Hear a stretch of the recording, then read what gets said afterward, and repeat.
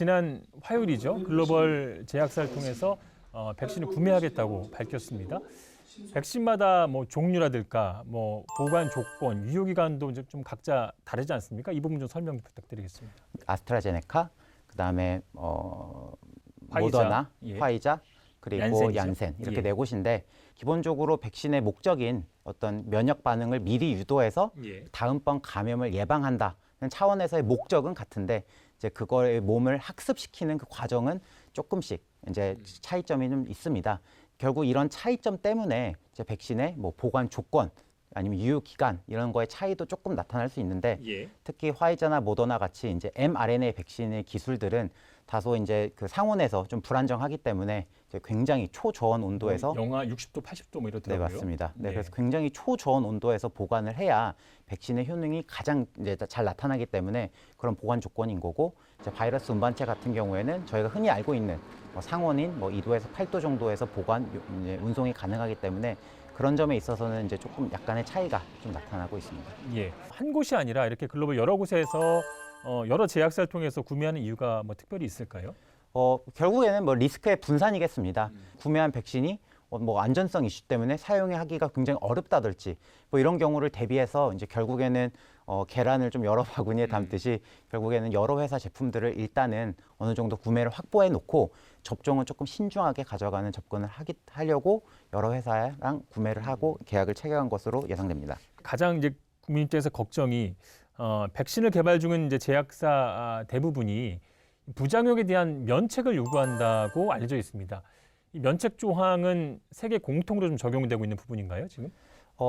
그렇습니다. 제약사 입장에서도 예. 다소 짧은 개발 기간 내에 이제 백신 연구를 하다 보니까 그들도 사실은 미처 예측하지 못한 부작용의 가능성이 존재하고 있기 때문에 여러 가지 고려했을 때 아마 제약사 입장에서도 어떤 면책 조항들을 제시를 했고, 아마 이런 부분들은 우리나라뿐만이 아니라 공통적으로 여러 나라에도 다 적용되는 것으로 알고 있습니다. 우리나라 같은 경우에는 예방접종 피해 보상 제도라는 것을 운영하고 있어서 이제 필수 예방접종 사업에 대해서는 이제 예방접종의 인과성이 증명된다면 나라에서 보상하는 제도가 있었고, 아마 이런 제도의 기반을 틀을 잡아서 아마 코로나19 예방접종에도 아마 적용해서 아마 조만간 그런 적절한 피해 대책에 대한 후속 조치들이 또는 방안들이 발표될 것으로 예상합니다.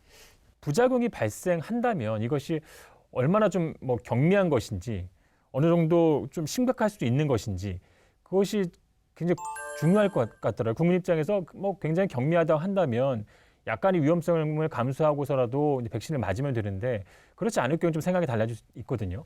일반적으로 이제 백신에 의한 부작용을 이제 아주 간단하게는 한 1단계에서 4단계 정도로 구분을 합니다. 예. 그래서 딱 정해진 규격화된 틀이 있는데, 그래서 1단계가 굉장히 경미한 상태, 예. 4단계가 굉장히 중증의 상태라고 한다면, 사실 임상적으로 크게 의미를 두는 것은 사실 4단계 또는 굉장히 중증의 이상 반응입니다. 심각한 부작용들, 원하지 않았던 어떤 질병이 더 발생한다든지 악화된다든지 아니면 정말 최악의 상황에는 사망까지 나타나는, 결국에는 이런 사례들이 굉장히 이제 조심스럽기 때문에 일단은 부작용에 대해서는 좀 더 면밀하게 관찰을 한 뒤에 그런 다음에 접종을 하는 것이 조금 더 안전한 접종 전략이지 않나 생각됩니다. 자, 그래서 이제 백신을 이제 선구매하긴 했는데 언제 우리가 이제 백신 접종이 가능할까라거든요. 언제로 좀 예측하십니까? 정부 발표가 계속 앞당겨지고는 있습니다. 사실 예전에는 3분기를 또 예상 발표를 하셨었는데 최근에는 2분기 내, 그리고 또 지난 화요일 발표에는 빠르면 좀 더 빠르게 검토할 수 있겠다. 말씀하시는 거고요. 그렇죠. 예. 무엇보다도 가장 중요한 것은 우리나라의 코로나 유행 상황이겠습니다. 물론 지금 굉장히 엄중하게 수도권에서는 2.5단계 단계가 시행될 정도로 굉장히 많은 수의 확진자가 매일 나타나고 있는데, 만약 이런 속도가 계속 지속이 된다면 아마 좀 더 빠르게 접종을 하지 않을까 생각이 들고, 또 하나 또 참고할 만한 점들은 이제 주변 국가 또 다른 나라에서 얼마큼 빠르게 또 접종을 시작하였는지 이런 종합적인 판단을 해서 아마 시기를 좀 앞당길 수 있다면 좀 더 앞당길 수 있지 않을까 생각이 듭니다. 예.